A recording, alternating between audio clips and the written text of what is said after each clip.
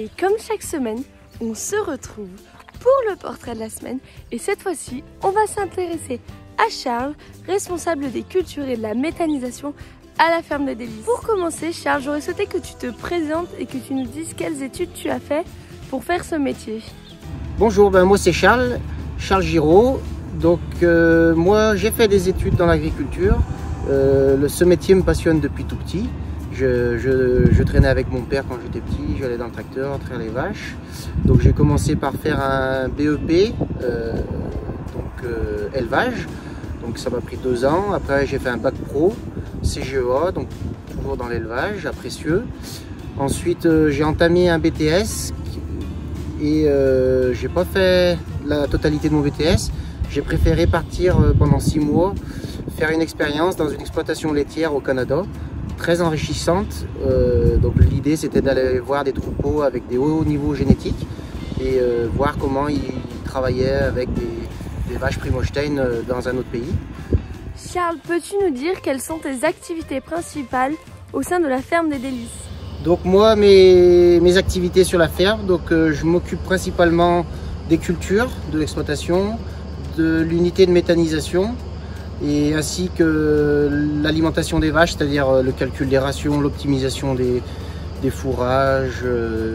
Charles, peux-tu me dire ce que tu aimes le plus dans ton métier? Mes passions, on a développé donc depuis 2015 le semi-direct sur l'exploitation. Donc le semi-direct, c'est une pratique agroécologique qui vise à l'arrêt du labour et refaire venir un maximum de vie dans nos sols. On a multiplié par 4 à 10 le nombre de vers de terre dans nos champs depuis qu'on fait ça. Et voilà, c'est vraiment quelque chose qui me passionne aujourd'hui parce qu'il y a beaucoup à gagner pour nos futures générations. La ferme des Délices évolue. Quels sont tes objectifs pour demain? Donc moi, mes objectifs pour demain, c'est essentiellement aujourd'hui pérenniser l'exploitation, donc continuer le développement dans la lancée dans laquelle on est, c'est-à-dire rendre cette exploitation viable pour les générations futures.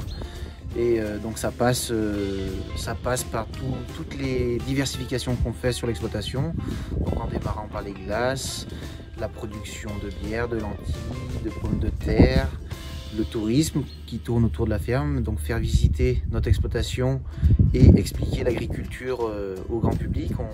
On a pris ça à grands bras aujourd'hui. Pour nous, c'est une mission d'expliquer notre métier à tout le monde, quelque chose que l'agriculture a oublié de faire pendant des années.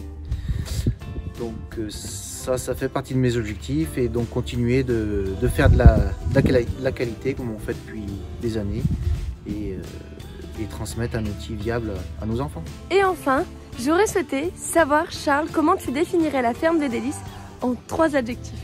Et pour moi, les adjectifs qui qualifient le mieux notre ferme aujourd'hui, c'est en premier lieu la qualité des produits qu'on fait, aussi bien donc des produits finis que la qualité des productions qu'on fait sur la ferme. Donc ça passe par la qualité du travail sur nos sols, ça passe par la qualité du lait qu'on produit et la qualité des produits finis, les lentilles, la bière.